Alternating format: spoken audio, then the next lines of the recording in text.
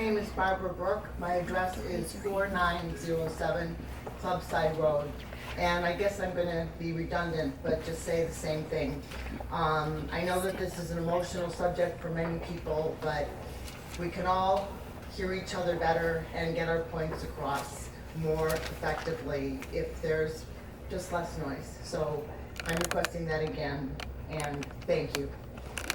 So I'm a product of the 60s, and today was not my first demonstration.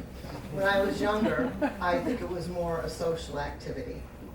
But I have evolved since my youth, and today when I embrace a cause, it's because I'm passionate about it.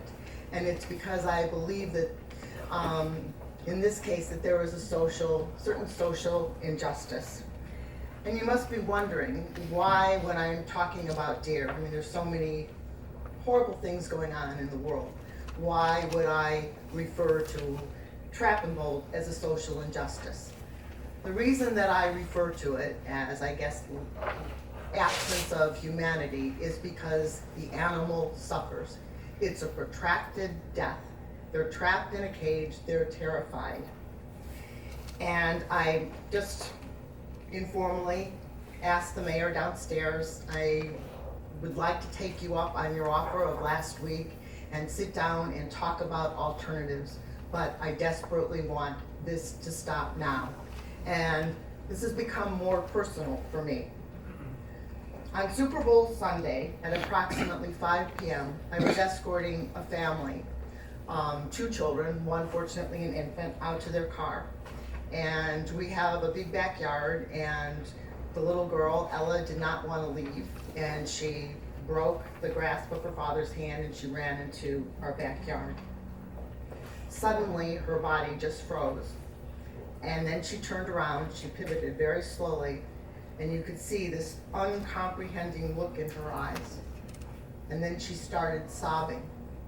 But her sobs were not loud enough to cover up the noise that I knew instantly was the sound of a trapped deer.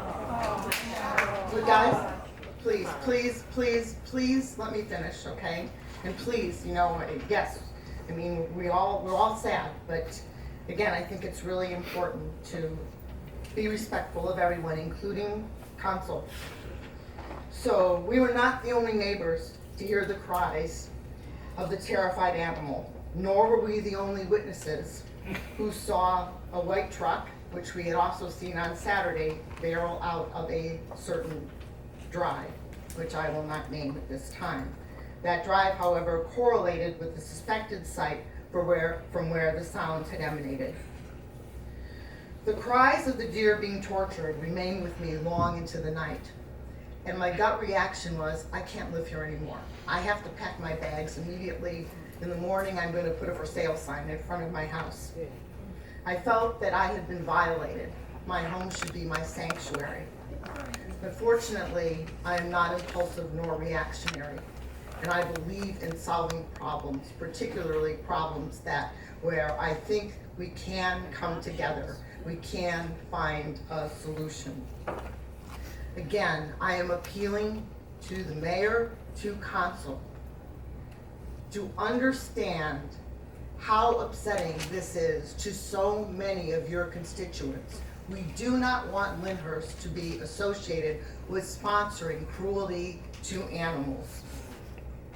And the other thing is, I really believe that we can work together, we can find a compromise, but I think, as Jill said, we're not going away. And I can't live someplace where I know that animals are being tortured. And so, if you don't show us, I think, the dignity that we deserve or listen to our responses, we will ultimately elect people who will. Yes. But that's not what I want to happen. I do believe that we can solve it. So I'm asking the mayor again, please consider what I said to you now and before, and thank you for your time.